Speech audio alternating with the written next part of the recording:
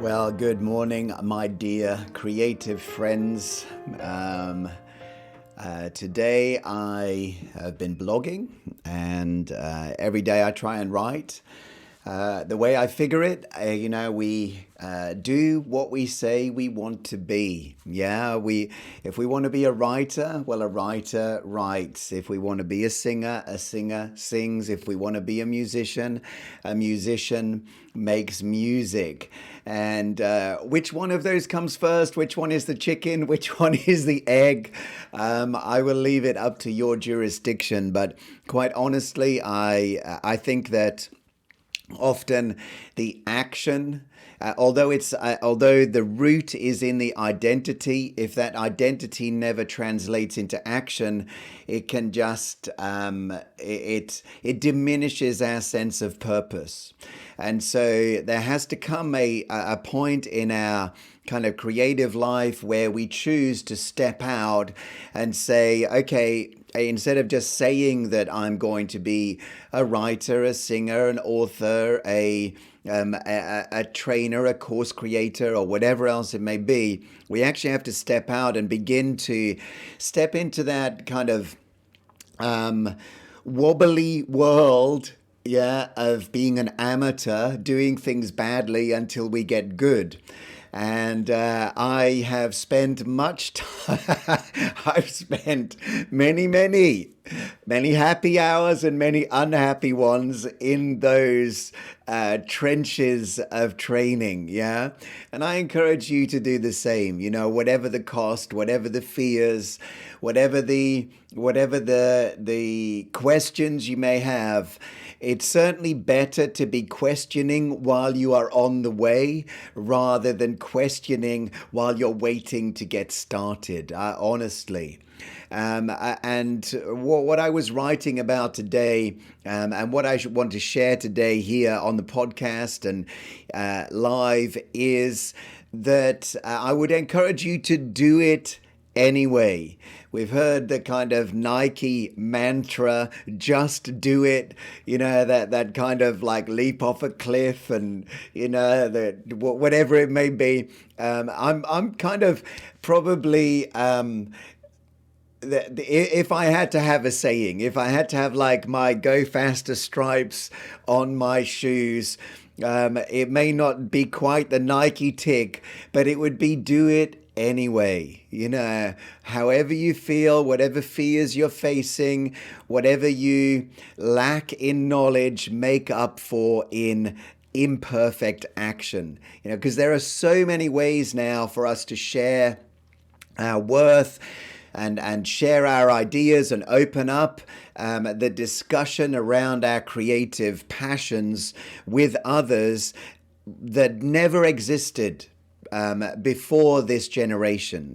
We really are part of a generation that has seen an exponential growth in the just the possibilities that are open to us and our ability to take a hold of that opportunity and see what we can make of it.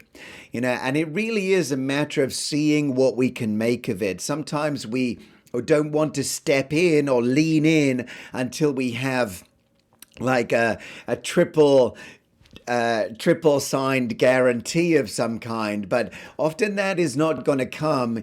Faith really does step out onto the water before it knows that the water is going to hold you. And I just want to encourage you, that there's a great deal to be said for stepping outside of whatever boat you are presently ensconced in.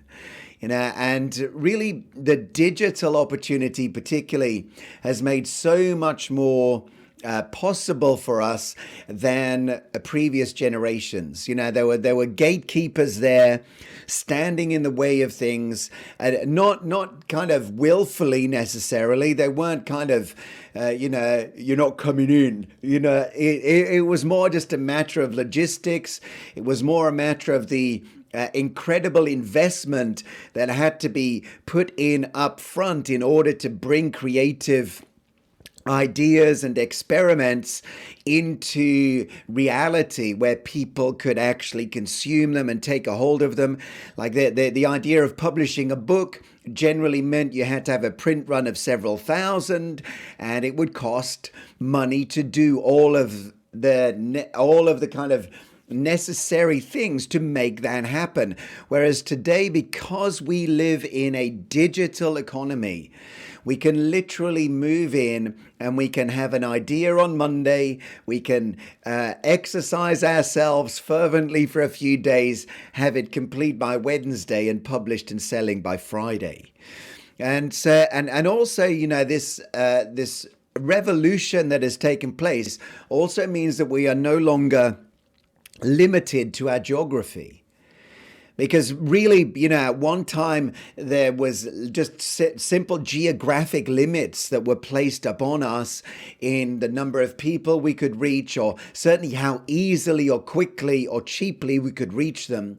Whereas today, when you make the most of the and leverage the technology that we now have right at our fingertips, you can literally, even right now, I am speaking not just here in my modest office in some little suburban town, in Burgess Hill in the south of England. I'm actually potentially speaking on the very other side of the planet. Someone could tune in and watch this right now, or they could look at it later. Really, literally within seconds of me stepping out and choosing to make opportunity for others to engage with what I carry in my heart and the message that I carry. And that is true for you too. Your content, where you've crystallized that content into digital products, publications, and platforms, can go to work 24 hours a day, 365 days a year, and can be actually ministering and helping and building and encouraging others even while you're sleeping. Literally is that is a reality for us now. And there are so many ways in which we can do it. It's not everyone's kind of wheelhouse or kind of bag of sweets to jump in front of a camera like this and just talk in the way that I am right now. For some people, that might be absolutely terrifying. Yeah, and I totally understand that. For others, the idea, just the sheer idea of writing a book seems like a mountainous task that it would be like Frodo setting off on his way to Mount Doom. The idea of actually having to sit down and write words and then share those words with other people would be terrifying, so so it may not be that you want to show your face, and it may not be that you want to even kind of show off your grammar skills. But what about podcasting? Would you be able to share your voice in that way? Each of the ways that have been open to us are just opportunities for us to bring our voice to the table. And your voice is important. Your voice is significant. What you have to say and what you have to share is significant. I recently just published a book of my poems. It was like a pet project. It's something that I've enjoyed for many years. We used to run a poetry kind of group in the church that we pastored, and I've put poetry out there occasionally in different on different platforms and at different times, but for some reason I'd never crystallized it into an actual poetry book. That was an exciting and very satisfying thing for me. Whether people bought it or not, whether how people responded to it or not, was in some ways really beside the point. There is a satisfaction in creating and a satisfaction in putting your work out to the world. And there's also the reality that once it's out there, you've got like you've got a log of the creative things that God has placed in your heart. I love that. I love the fact that, I know in years to come, instead of something just sitting on a hard drive somewhere, untouched, unused, unrealized, it would be impossible for it to help, encourage, entertain, or bless anyone in that form. But like giving form to your ideas through leveraging the opportunities that we have with technology right now is just a joyful thing to do. Like I know that instead of just a few text files languishing on a hard drive, I now have a kind of historical stamp or a historical stake in the ground that number one recognizes my worth. I've actually, in doing it, you say to yourself, man, what I've got to bring to the table is worth bringing. My voice is worth hearing for some people. I'm not saying for everyone, but some people will be encouraged by what I have to say. And so there's a self-acknowledgement there. And there's also kind of an acknowledgement that you are on a journey, that you are making steps forward. This is not the end of the journey. It's just one step in the journey, and you being willing to share it with others, I think is an important mindset shift, that we're not waiting until we reach the destination before we actually choose to do something with what God has placed in our heart. We've actually made the decision, hey, I'm in this, and I'm just going to kind of come alongside my brothers and sisters who are on this a kind of undulating road as we enjoy the highs and suck up the lows. We are in this together. The creative life was never meant to be one that is kind of nice with a nice little bow on it, with everything perfect. I read the other day in a book I was reading, momentum is messy. That's just a fact, yeah? Momentum is messy. The Bible puts it this way: if there are cattle in the stall, if you got cattle in the shed, there's going to be it's going to be a bit messy, yeah? But a clean stall, a clean shed means that there's no life in there. I encourage you to share your kind of ideas and share your worth with the world in whatever way fits for your personality, whatever way is most comfortable for you. But just begin to take those steps and step out.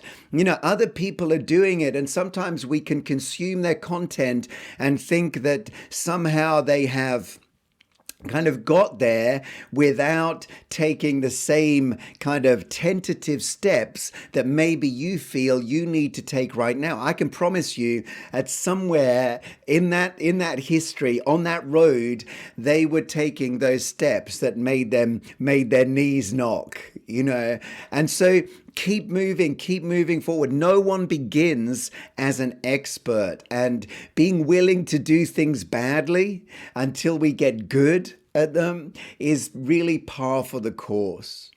In most trades, we recognize that, don't we? We understand that there is a level of apprenticeship that needs to take place for us to kind of learn the ropes and become proficient.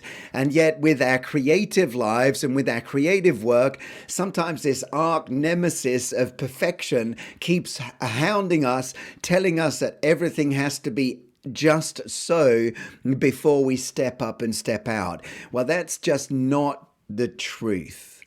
Nike's mantra, as I said, is just do it. And I guess mine might be just do it anyways. You might say, I'm not good enough yet. Do it anyway. I'm worried what other people might say or think. Do it anyway. Most of the people that we admire and aspire to become like have one thing in common in their varied histories, and it's the fact that they at some point did it anyway. Well, thanks for listening. Hopefully, it's been an encouragement to you today. If you want to connect any further, you can do so through my website at davidleemartin.com. Have a great day.